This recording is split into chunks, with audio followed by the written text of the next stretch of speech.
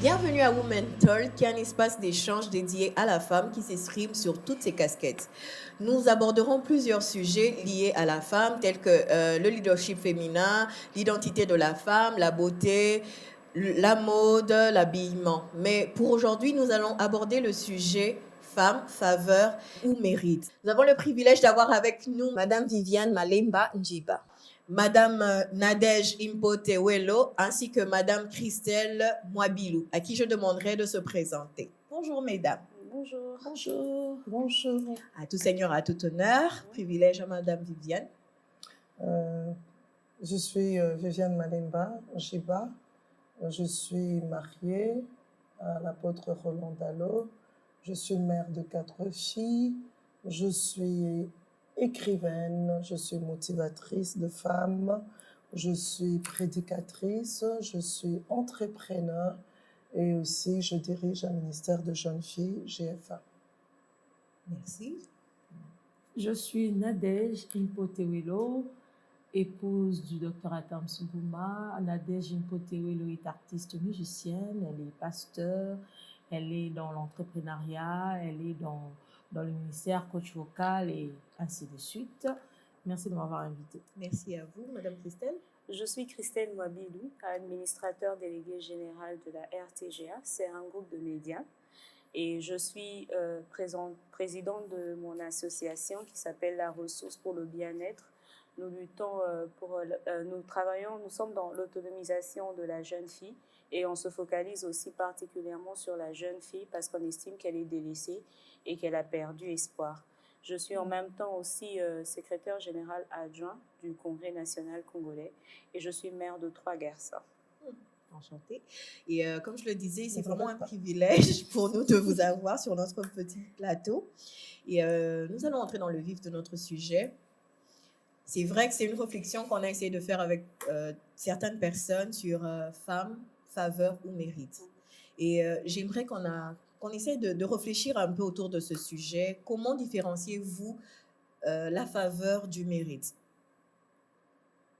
Libre à vous. Hein. À tous ces préséance. À la préséance. Mais non, c'est pas obligé. Christelle peut répondre.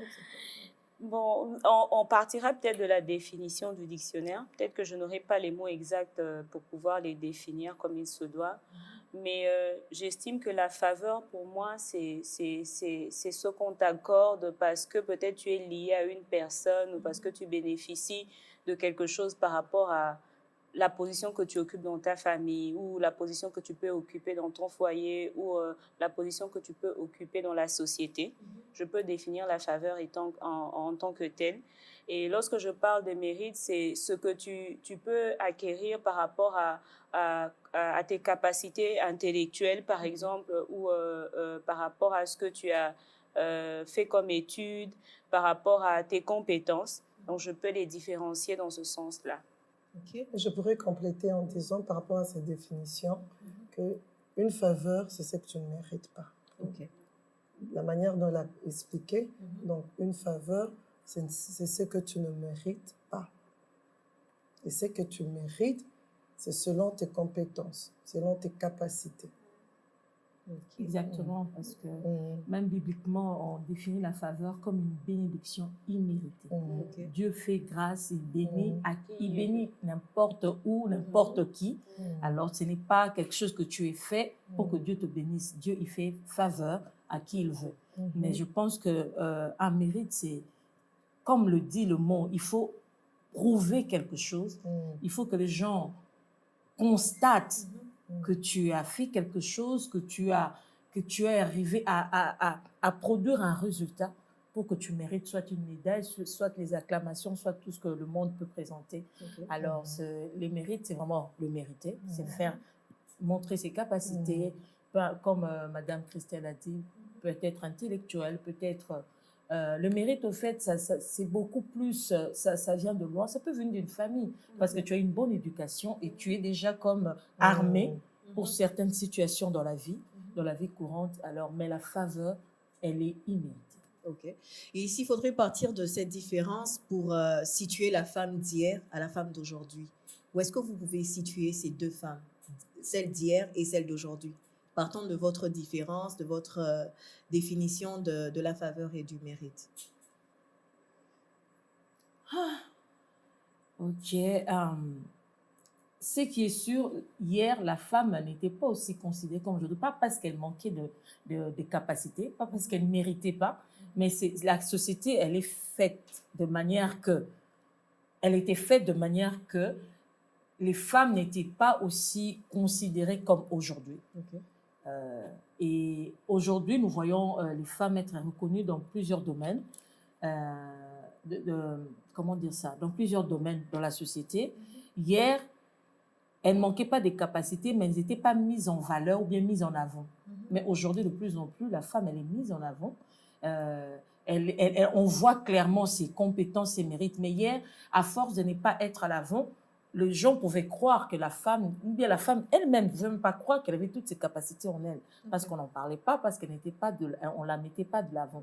Mais c'est vrai qu'entre hier et aujourd'hui, il y a vraiment une différence. La femme, elle est de plus en plus mise à l'avant.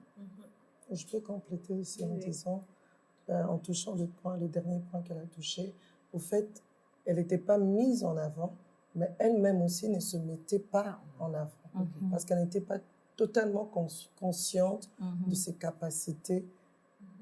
Pourquoi? Parce que la culture ne lui permettait peut-être pas, et peut-être elle-même aussi, elle ne se permettait pas de découvrir ce qu'il y avait en elle. C'est juste pour compléter. Si je peux rajouter aussi, dans les années précédentes, on constatait que la femme avait l'impression qu'elle devait naître dans une famille, grandir et attendre par exemple qu'un parent vienne avec un membre de famille qu'il connaissait très bien ou bien une famille amie pour l'épouser. Elle va jouer son rôle de mère dans la maison et d'épouse. Et elle se limitait là. Mais aujourd'hui, plus le temps... plus la société évolue, plus les choses avancent. Je vais même aller toucher, bon, ce n'est peut-être pas mon domaine particulièrement, mais on voit même dans les églises aujourd'hui que nous avons beaucoup plus de femmes pasteurs. À l'époque, si vous comparez, vous allez vous rendre compte qu'il n'y en avait pas. Elles avaient peur d'oser. Elles avaient peur de se dire, OK, je suis dotée de certaines capacités. Je peux essayer aussi de mettre en valeur ce que j'ai en moi. Mais avec aussi tout ce qu'il y a eu comme lobbying et les revendications des femmes, plus le temps avance, plus on se rend compte que elle est dotée de certaines capacités et elle est en mesure aussi même d'occuper des fonctions, comme on le constate aujourd'hui, même en RDC ou à travers le monde, et elle se met en valeur. Elle se rend compte que, écoutez, je ne suis pas née seulement pour avoir des enfants et être épouse, mais je peux même apporter un plus à cet homme-là qui est à côté de moi. Tout en m'exprimant et en faisant montrer à la face du monde que j'ai des capacités que je peux mettre en valeur. Puisque nous avons ce privilège d'avoir 2 femmes pasteurs et pasteurs en même temps avec nous, on va essayer de leur poser la question. Est-ce que pasteur Viviane ou pasteur Nadège, le fait qu'on vous ait reconnu aujourd'hui en tant que pasteur, est-ce que c'est parce que vous le méritez ou c'est parce que vous avez travaillé assez longtemps sous l'ombre de vos maris qui sont déjà connus, comme l'apôtre Roland Dallot et le docteur Adams Mbouma? Moi, je commencerai par dire, au fait, si je regarde avec un œil spirituel, je ne mérite pas. Parce que c'est une grâce, c'est Dieu qui appelle et c'est Dieu qui me rend capable, donc je ne mérite pas. Parce que la pastorale, ce n'est pas un appel qui vient de l'homme, c'est Dieu qui appelle. Par rapport à ça, je ne mérite pas. Mais quand on parle de reconnaissance du ministère, on reconnaît en moi le ministère de la pastorale, ça veut dire que j'ai fait mes preuves, que les êtres humains ont observé, ont regardé, ils ont vu. En tout cas, il y a quelque chose en elle. Et par rapport au travail accompli, les résultats ont prouvé que je pouvais être appelée, faire partie de la pastorale, être appelée. Donc, c'est on parle de reconnaître le ministère en quelqu'un. Les êtres humains, les responsables spirituels qui sont devant moi ne m'ont pas appelé, mais ils ont reconnu cet appel. Mais pour reconnaître l'appel, je dû prouver, pour rejoindre un peu la définition que le pasteur Nadège a donnée tout à l'heure du mérite, j'ai dû prouver que j'étais vraiment appelée. Parce que si je ne faisais rien, que j'étais juste assise là, je n'avais rien compris de mon appel, on n'aurait pas reconnu cela. Mais on a reconnu parce qu'il y a eu de preuve, il y a eu un travail, il y a eu des résultats. Et l'appel en soi, c'est vraiment immérité, parce que je ne mérite pas. Je ne veux pas dire que je suis... Quand Dieu appelle, c'est lui qui qualifie, c'est lui qui donne, et il est fait selon lui, sans tenir compte de principes des hommes. Voilà. Oui, je compléterai aussi, Pasteur Viviane, en disant que, comme il a dit, parce qu'on a l'impression comme si pour les hommes, c'est mérité, pour les femmes, il faut qu'il y ait une faveur. Non, pas du tout, parce que même pour les hommes, c'est un appel venant du Seigneur. Donc, ce n'est pas un mérite, Dieu les a appelés parce qu'il a décidé, il les a choisis. Alors, de même pour nous, les femmes, Dieu nous a appelés, il nous a choisis. Comme le pasteur vient a bien expliqué, la reconnaissance aux yeux des hommes, c'est par rapport à des preuves. Donc, j'ai eu à prouver cela par rapport à la connaissance de mon appel, au sérieux que j'ai pris par rapport à cet appel. Alors les hommes ont constaté et ils ont reconnu en moi cela. Alors par rapport à cet appel pastoral, s'il faut rester dans l'appel pastoral, c'est vraiment une grâce, une faveur que pour l'homme, que pour la femme. Ok.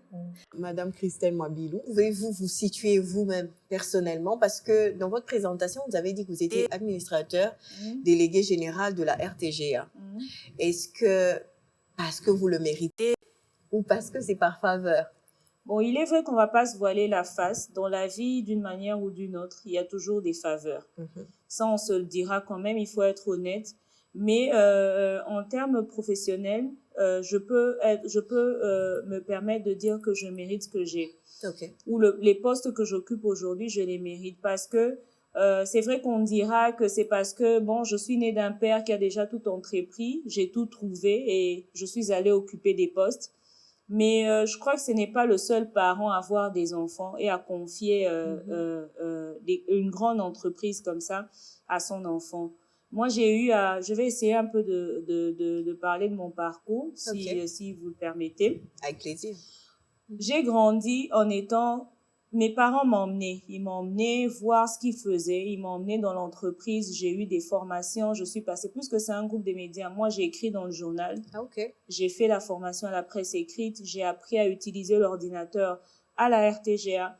J'ai appris à faire des émissions. J'étais présentatrice. J'ai travaillé au service commercial. Je me réveillais le matin. J'allais trouver des clients. J'allais à la recherche des marchés. J'ai d'abord fait tout ça. Et ce n'est qu'après, en 2012, qu'il a décidé finalement de me confier ses tâches et de me nommer officiellement. Je crois qu'il a eu le temps de m'observer, de voir que j'ai eu un parcours scolaire, j'ai eu un parcours universitaire, mais il fallait peut-être que je puisse me doter de ces capacités-là, même si jusqu'au jour d'aujourd'hui, je continue à apprendre au sein de la boîte. Mais j'ai eu mon temps, au fait. J'ai eu le temps de pouvoir parcourir dans tous les départements de cette entreprise pour maîtriser et comprendre ce que j'allais faire. Et aujourd'hui, je suis fière de moi et je peux dire que je le mérite parce que tout ce que tu peux me poser comme question, que ce soit du point de vue technique ou administratif, je serai en mesure de te dire exactement dans quoi je travaille, qu'est-ce qui est quoi et qu'est-ce que je fais. Voilà. Que l'on parle d'épreuves, j'ai essayé de parcourir le livre de Maman Viviane, Les souffrances inconnues des femmes du serviteur de Dieu. Je suis à la page 85. Maman Viviane dit ceci. Le mari, c'est celui qui a reçu l'appel. Il est automatiquement respecté et honoré. La femme qui est une aide doit faire ses preuves pour mériter le respect et l'honneur. Ne pensez-vous pas que cela devrait être automatique? Pourquoi est-ce que la femme devrait faire des preuves pour mériter le respect et l'honneur?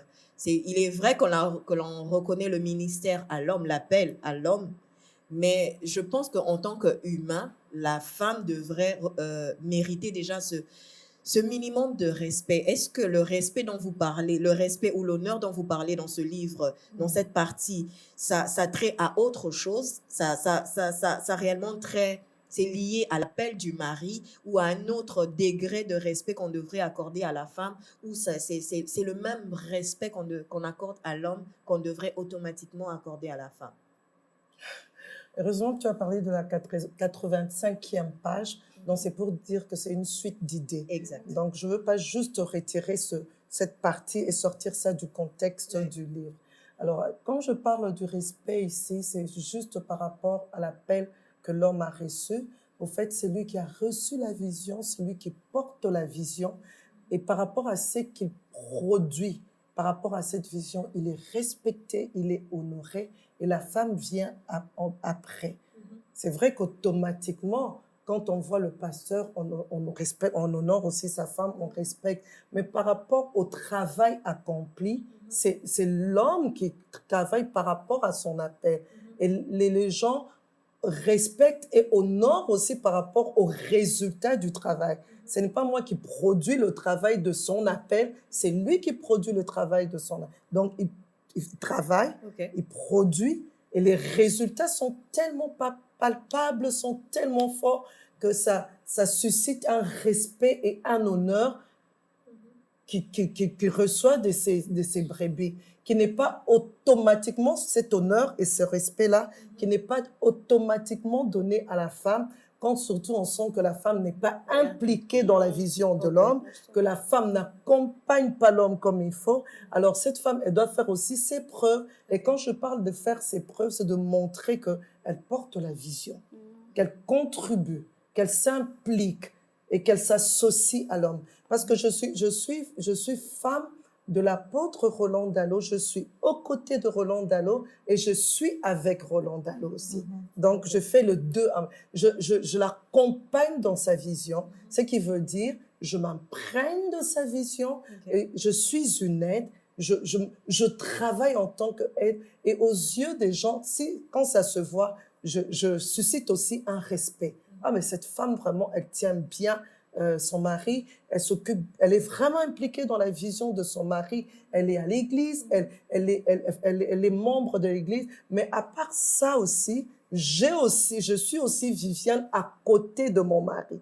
Je l'accompagne, je suis avec lui dans la vision, mais je suis aussi à côté de mon mari, un être humain à part entière, avec des capacités, des talents qui sont des fois autres que ce que je suis appelée à faire dans l'accompagnement. Je ne sais pas si je me fais comprendre. C'est que je suis appelée à faire dans l'accompagnement. Pour parler de mon cas, par exemple, je suis entrepreneur. L'entrepreneuriat que je fais n'accompagne en rien la vision que Dieu a donnée à mon mari. Tu vois? Donc, je suis aussi à ses côtés et j'ai ce talent-là, cette capacité, et je prends conscience de mes talents et j'exploite ces talents-là. Donc, voilà, si je peux, pour ne pas être trop longue. Mais lorsqu'on parle de la femme d'hier, il était difficile pour elle de prendre des décisions sans pour autant avoir l'autorisation de son mari. Tout à l'heure, vous avez dit que vous étiez entrepreneur et je pense que maman Nadège aussi l'est, ainsi que madame Christelle. Mais aujourd'hui, comment vous le vivez? Est-ce que, puisque vos maris ont des appels déjà, en tant que pasteur, est-ce que quand vous voulez lancer un projet qui a trait à votre entreprise ou à vos affaires, est-ce que vous revenez souvent à vos maris pour leur poser la question ou leur demander l'autorisation si vous avez le droit d'entreprendre quelque chose ou pas? Est-ce que cela n'enfreint pas non plus les limites de l'appel de votre mari? Moi, je pense que je peux peut-être répondre rapidement, comme ça on pourra suivre. Je crois que c'est un couple et qu'il faut qu'il y ait équilibre. Je suis peut-être pas femme de pasteur, mais il est vrai aussi qu'aujourd'hui, avec plusieurs modifications de loi, je parle de la RDC, on autorise, avant, vous devriez avoir l'autorisation maritale avant de faire quoi que ce soit. Mais aujourd'hui, tu n'as pas besoin de l'autorisation maritale, mais c'est un couple. J'estime que ce que je vais faire aujourd'hui doit aussi refléter mon mari. De même aussi, ce que mon mari doit faire aujourd'hui doit me mettre à l'aise et ça doit refléter aussi la femme que j'ai à mes côtés. Bon, je ne vais peut-être pas dire demander l'autorisation, c'est peut-être trop dire, mais moi je pense qu'il faut toujours discuter, se mettre ensemble. Il faut que les deux se sentent à l'aise dans tout ce que nous faisons, que ce soit professionnellement, même dans nos relations amicales ou même dans nos familles. Il faut que nous soyons tous les deux à l'aise. Parce que, écoutez, je ne vais pas aujourd'hui me lancer dans une carrière qui va vraiment à l'encontre de l'image de mon mari. Imaginez un peu ce que je vais véhiculer comme message. Je peux donner un exemple. Mon mari est pasteur, mais je suis servante dans une boîte de nuit, excusez-moi. Ah, ça? Même si c'était, comment on dit, même si c'était un appel, mais excusez-moi, ça n'aura vraiment pas de sens. C'est dans ce sens-là que je dis qu'il faut toujours qu'il y ait un dialogue, qu'on se mette ensemble. Et même lorsque tu viens avec une idée, dis-toi déjà que j'ai accepté d'épouser un homme qui est dans ceci. C'est un fardeau pour moi. J'ai accepté d'épouser aussi une femme qui est dans ce domaine. C'est un fardeau pour moi. Donc, avant de prendre une décision, il est toujours important qu'on se mette ensemble, décider et se rendre compte que ça nous mettra à l'aise d'une manière ou d'une autre. Et ensuite, nous pouvons évoluer dans une même, comment on dit, pensée. Ok.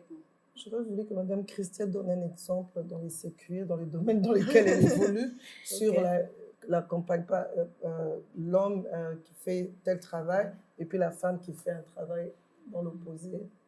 J'aurais bien voulu qu'elle donne un exemple. Bon, si ça ne vient pas, ce n'est pas grave. Je vais essayer de réfléchir. Je ne l'ai pas tout de suite. Ok. Mais je n'ai pas d'exemple. Je vais réfléchir. reviendra. Ça reviendra. Moi, je dirais, déjà, je ne sais pas, c'est un peu dérangeant d'abord le terme demander la permission. Je pense qu'en tant que couple, à chaque fois que je peux avoir une idée, un fardeau, je partage. C'est aussi facile que ça. Ce n'est même pas une question d'abord de permission, mais je partage avec la personne la plus importante dans ma vie. Regarde un peu, j'ai eu telle idée, écouter ses conseils, ça me ferait du bien. Ça m'aiderait même peut-être à réajuster bien mes idées. C'est partager avec lui et le faire. Et souvent même, je ne sais pas pour d'autres maris, mais je pense que 90%, je sais que même quand tu as une idée, ton mari te pousse à le faire. Je ne dirais pas pour toutes les femmes. Ton mari va même te pousser. Des fois, tu as l'impression que c'était son idée. Tellement qu'il te pousse et tu as l'impression que il commence à me voler mon idée, mais il veut me pousser trop. Mais je pense que c'est une question de partage. C'est une question de partage. Comme de même de son côté, quand il sent quelque chose, il sent une idée, il le partage avec moi. Alors, je le partage avec lui. Et on s'entend parce qu'on est un, comme la Bible le dit. Alors, même l'idée, si elle est venue par moi, on peut le travailler nous deux. Et puis, peut-être moi, me voir comment dire, à l'avant. Mais peut-être que c'est lui qui m'a poussé, c'est l'autre qui est resté dans l'ombre.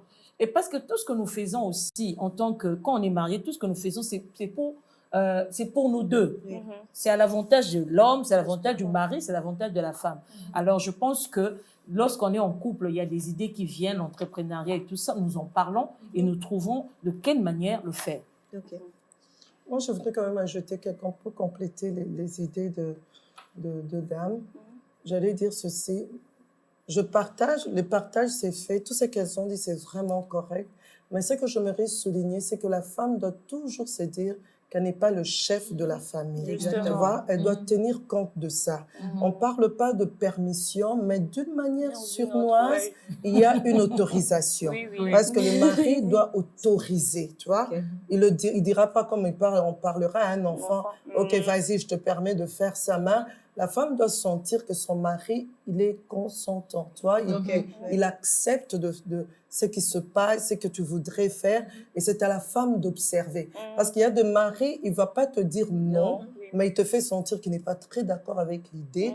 Mais la femme, dans sa têtutesse, elle veut quand même, parce qu'elle veut prouver, je ne sais pas moi, oui, on partage les idées, mais je dois être consciente que je ne suis pas le chef de la famille. Il y a un chef, et vu qu'il est le chef de la famille, j'ai besoin qu'il soit d'accord avec moi. Et je dois, en tant que femme, essayer de lire entre les lignes, de lire ce qu'il y a en filigrane, tu vois, ce qu'il veut me dire, ce qu'il veut me faire comprendre. Est-ce qu'il aime, il approuve, il a pas nécessairement qu'il utilise la méthode dure. Parce que la méthode dure, non, ça ne va pas marcher. Parce que justement, nous sommes un couple, nous marchons ensemble. La Bible dit, deux ne peuvent pas marcher ensemble si au préalable, ils ne se mettent pas d'accord. Donc, nous nous sommes mis d'accord. Il y a des principes dans notre vie de couple. Et par rapport à ces principes, quand nous partageons, nous parlons, alors nous restons dans ces principes-là, mais principalement les principes de la Bible. Sinon, tout ira dans tous les sens. Ok, merci. On va un peu rester sur le même domaine. Puisque l'on parle de vos maris, vous n'avez pas l'impression que par moments, vos maris ne sont pas d'accord avec vous, mais juste pour la paix de la maison, ils vous font carrément une faveur. pour dire, En tout cas, moi, j'ai je senti ça sais que plus Viviane, d'une fois. la connaissant, elle sera pas en mesure de relever ce défi, mais bon, ok. Ah, dans ce Laissons-lui quand sens-là, même non. faire ça.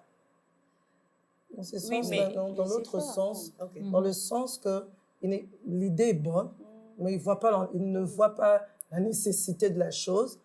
Mais moi, je tiens et je sais sentir qu'il n'est pas très d'accord, mais pour la paix, il accepte. Mais puisque je suis vraiment convaincue, parce qu'il peut commettre une erreur, c'est un être humain, je suis tellement convaincue, je ne fais pas aussi les choses à la légère. Ok. Je suis tellement convaincue que ce que je suis en train de penser ou de vouloir faire, je réussirai ça. Alors je me lance.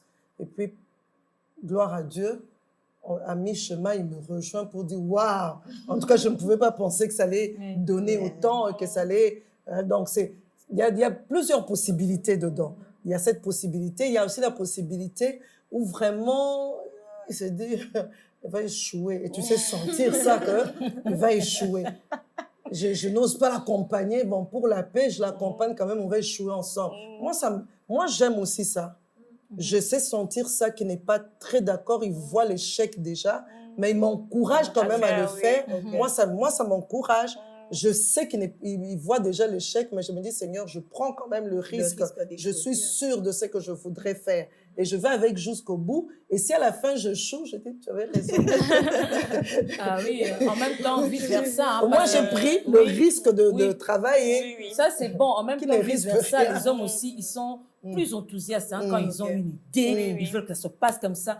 Et toi, la femme, tu n'es pas aussi enthousiaste que ça. Tu vois d'autres paramètres que lui ne voit pas tout de suite.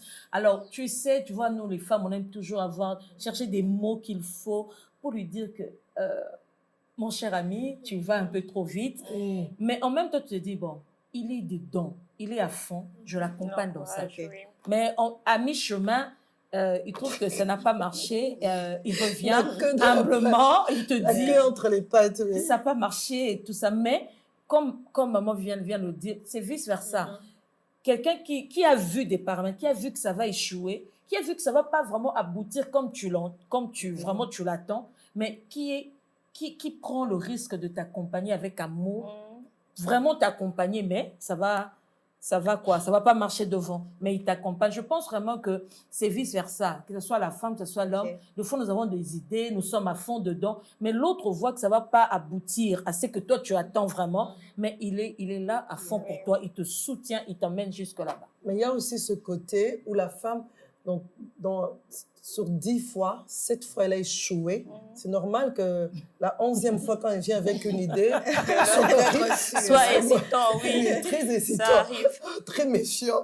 Oui, et puis tu testes, parce qu'à force aussi, tu te dis, non, je ne veux pas encore emmener à la légère ce projet encore devant lui. Il aura des questions à me poser. Alors, ça te pousse aussi à te surpasser, à vraiment à bien travailler sur ça, parce que tu sais que ça va passer par le tamis. Ok. Donc, il y a quelqu'un à côté qui va vraiment... Et ça nous pousse... Moi, je pense que c'est pour les dames qui sont là aussi, vraiment, ça encourage et ça pousse à faire mieux, à se surpasser, parce que tu sais que il va te poser des questions, tu dis, oh, maintenant, moi, par toi-même, tu commences déjà à dire, je suis sûre que là, il me posera telle question, tu te prépares déjà. Là, il me posera telle question, tu t'arranges. Moi, je pense que ça nous pousse à aller de l'avant, à nous surpasser, à devenir encore meilleurs que ce que nous sommes. Et imaginons dans le même cadre, ils vous connaissent, ils connaissent vos faiblesses, vos capacités, vos compétences et tout, mais vous tenez à tout prix à avoir un poste. Et connaissant vos traits de caractère, ils savent, ils se disent, non, connaissant ma femme, elle ne peut pas aller travailler là-bas. Ou soit, si elle va postuler, on risque de la compliquer. Mais ils ne vous montrent pas cela. Pourquoi? Parce que vous tenez à tout prix à faire cette chose-là. Mais lui connaissant, ayant des connaissances, des amis au placé quelque part, et il prend son appel sans vous dire, il appelle un de ses amis pour lui dire, ah non, tiens, j'ai ma femme qui veut faire telle chose, elle veut venir postuler. Est-ce que vous ne pouvez pas lui trouver une place? Est-ce que vous ne pouvez pas lui faire une faveur? C'est vrai que dans tel domaine, elle n'est pas assez forte, mais elle tient tellement à travailler, à faire ce travail. J'aimerais que vous lui accordez cette faveur-là. C'est vrai que vous arrivez sur place, on fait l'interview, on vous accorde ce travail, mais quelque temps après, vous apprenez que vous n'avez pas obtenu ce poste parce que vous le méritez. mais juste parce que votre mari a plaidé en votre faveur. Quel serait votre ressenti par rapport à cela? Bon, si je peux répondre, c'est vrai que à première, comment je peux dire, à première vue, je peux peut-être me sentir mal à l'aise dans le sens où je lui aurais dit, tu aurais pu me prévenir. Mais je crois que nous aussi, les femmes, parfois, nous sommes emportées par des sentiments. On peut croire que nous sommes capables de faire quelque chose, mais comme on dit en lingala, loyenge, hein, parfois ça nous emporte et on se dit, bon, je vais y aller. Si les autres le font, pourquoi je ne le fais pas? Et j'y vais alors que je sais très bien que arrivé là, je peux être butée à des situations telles que je ne serai pas en mesure d'accomplir certaines tâches. Bon, il est vrai que ça peut être énervant au départ, mais moi, personnellement, je pourrais me réjouir dans le sens où je me dis, bon, ok, c'est qu'il a vraiment envie de me voir avancer et réussir.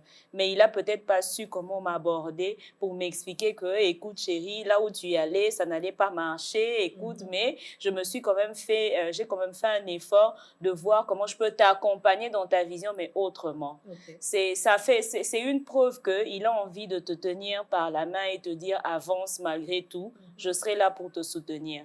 Bon, en même temps, je sais, c'est une situation assez compliquée. J'ai même me retrouver dans cette situation pour savoir comment je vais réagir, mais je crois que ça peut être encourageant, dans le sens où il a quand même tenu à te voir sourire autrement. Voilà. Bon, moi, je vais toujours je vais gérer aussi dans le même sens. Avoir une faveur de la part de mon mari, en tout cas, ça me fait du bien, ça me fera du bien sentir qu'il est en train de me faire de faveur, c'est qu'il croit en moi, c'est qu'il pense que je peux me découvrir, parce que c'est important aussi. C'est mon mari, il m'observe, il se dit, ok, je vais quand même pousser le bouchon plus loin en permettant qu'elle fasse, ou bien en lui donnant cette opportunité ou cette occasion de pouvoir faire tel ou tel autre travail. Si, du moment que la femme est partante, moi, je trouve qu'il n'y a pas de problème. C'est une faveur positive. Bon, il n'y a pas de faveur négative, mais dans ce cadre ici, si on peut parler, parce qu'on parle de mérite ou de faveur. Là, il a vu des choses en moi et peut-être que moi, je n'en suis pas consciente. Alors là, il cherche des opportunités pour moi. Moi, je dirais que Dieu l'utilise, quoi. Il trouve des opportunités, il me lance dedans et je suis aussi partant. Et une fois dedans, c'est à moi maintenant de faire mes preuves. J'aime ce que mon mari dit toujours, on s'impose par son travail. Ok. Peut-être que je n'étais pas qualifiée pour le travail, c'était une faveur, mais je peux apprendre sur le tas. Et vraiment, je me donne, j'apprends sur le tas et vraiment les résultats, au final, c'est vraiment, le mari ne regrette pas d'avoir fait cette faveur à sa femme.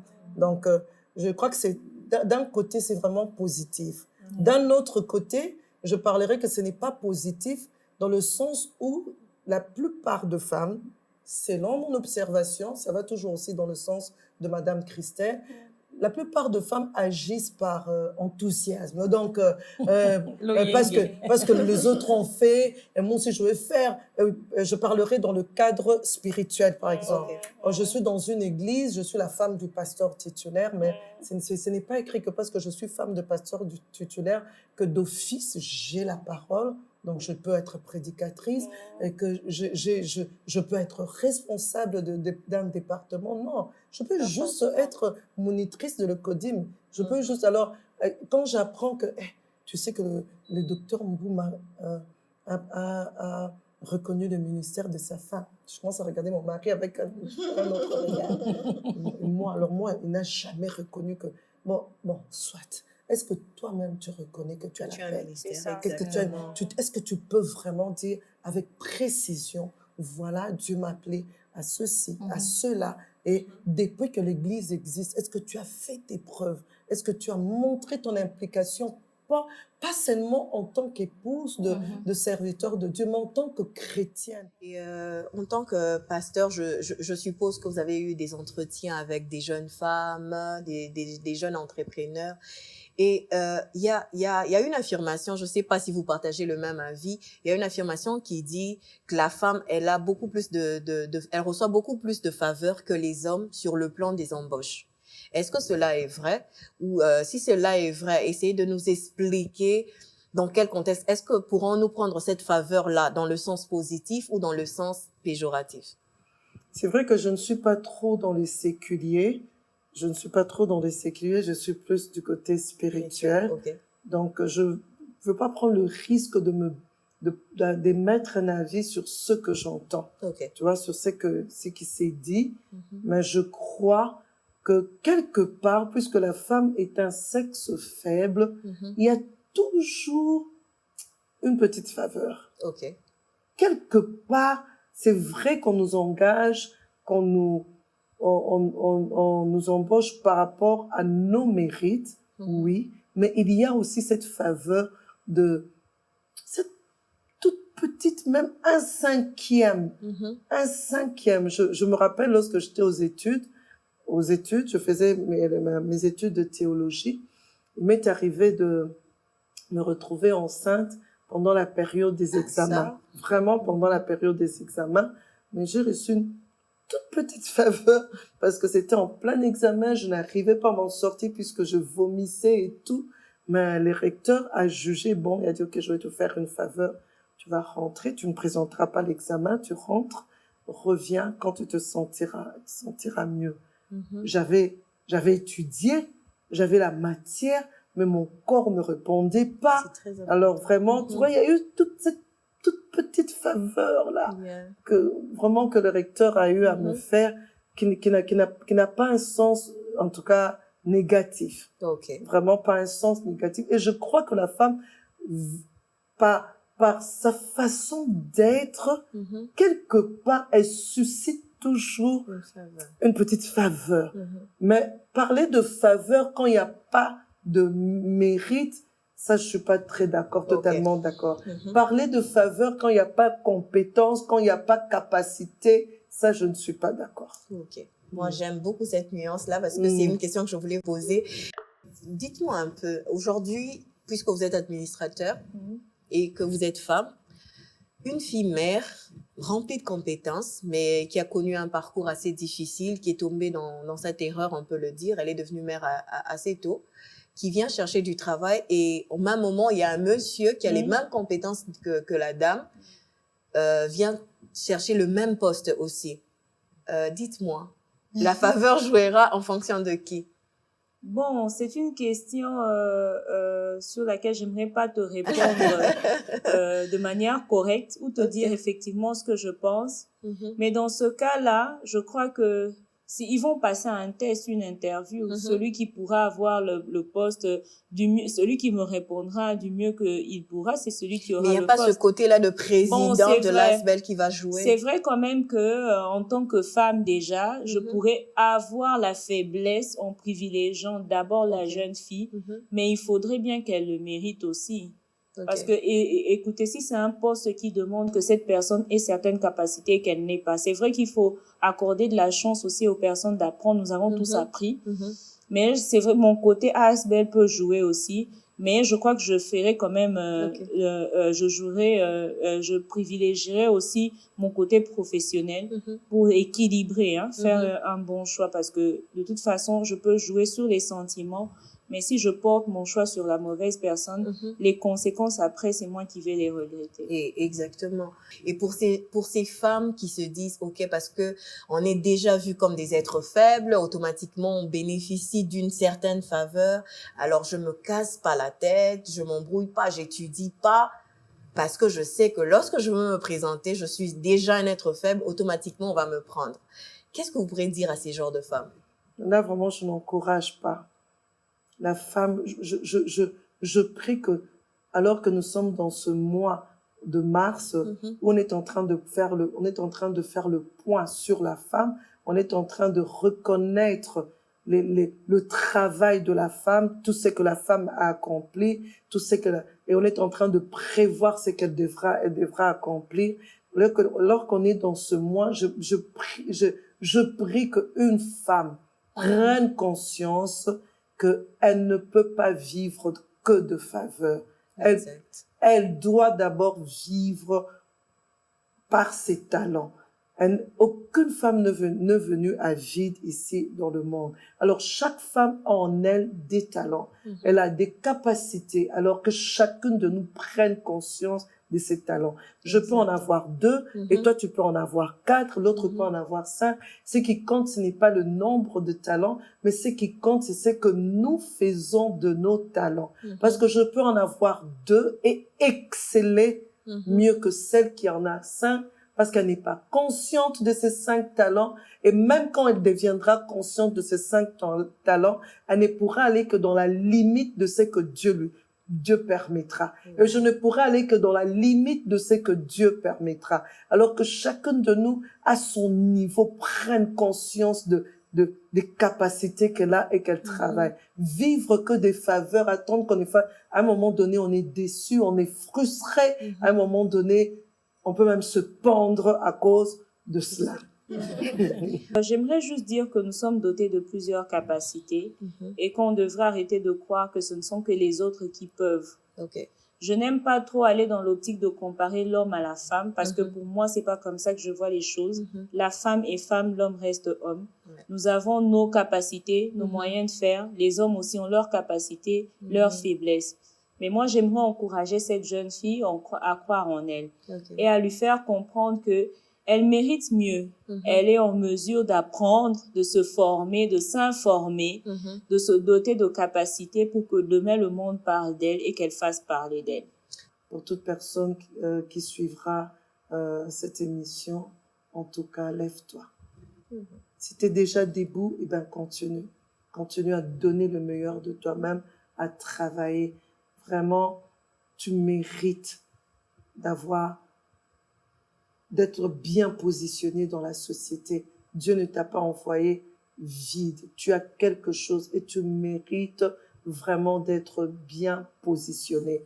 Et si on doit te faire faveur, j'accepterai qu'on te fasse faveur par rapport à tes capacités, par rapport à tes talents. Parce que tu as prouvé, alors on arrive aussi à te faire des faveurs. C'est vrai que la faveur, elle est imméritée. Oui, j'ai des talents, j'ai des capacités. Je ne mérite, pas selon mes talents, mes capacités, je ne mérite peut-être pas d'être PDG, mais tellement je travaille dur, on me fait cette faveur, on dit donnons-lui cette place. Elle, c'est quelqu'un qui travaille, qui travaille durement, elle pourra s'en sortir. Que Dieu vous bénisse. Woman Talk, on est à la fin. Ce message est pour toi, femme à plusieurs casquettes, femme ménagère, épouse, mère, accompagnatrice, motivatrice. Nous vous souhaitons un très bon mois de femmes, un très bon mois de mars. Merci.